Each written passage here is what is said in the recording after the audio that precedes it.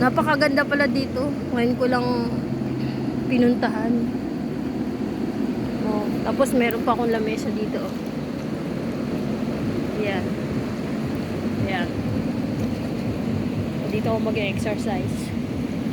Dito na rin ako, baka daling ko mga minsan yung aking lutuan. At dito na ako magluluto. Magbablog ako dito.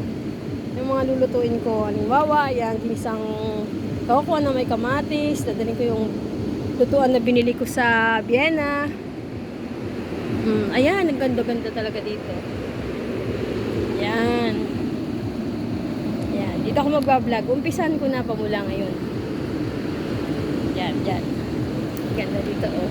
Tapos dito ako magpilipito-plito. Yan.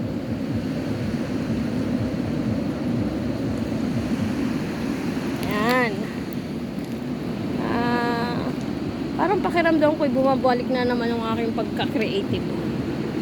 Matagal na kasi akong nagtulog-tulugan o dala lamang ng pagka-stress ko. Kaya nalimutan ko yung aking mga talent.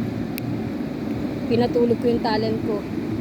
Baka sakaling dahil sa pagbabike o sa pag-exercise, bumabalik yung mga pagka-creative ko.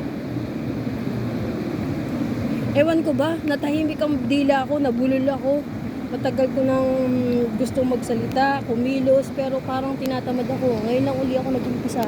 Eh samantalang ganda-ganda dito, ang dami kong pwedeng i-vlog, ipakita sa inyo. Ayan o.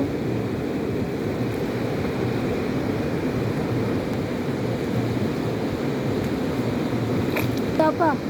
May isda doon na gano'n, oh.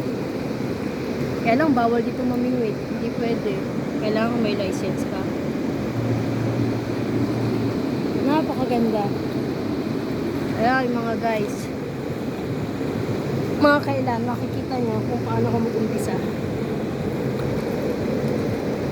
Ayan.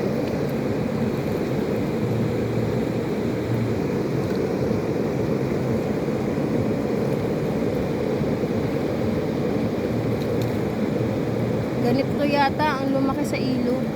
Lumaki po ako sa ilog. Ilog po ng Alitao. Pero may farm din po doon. Pero wala po akong helicopter. Yun lang po ang kasawing palad ko. Lumaki lang po ako sa farm. Kasama lang po yung kabayo. At saka ilog, pamingwit at aso. Ayan, guys, sa susunod, mag-vlog na ako. Panoodin nyo naman ako.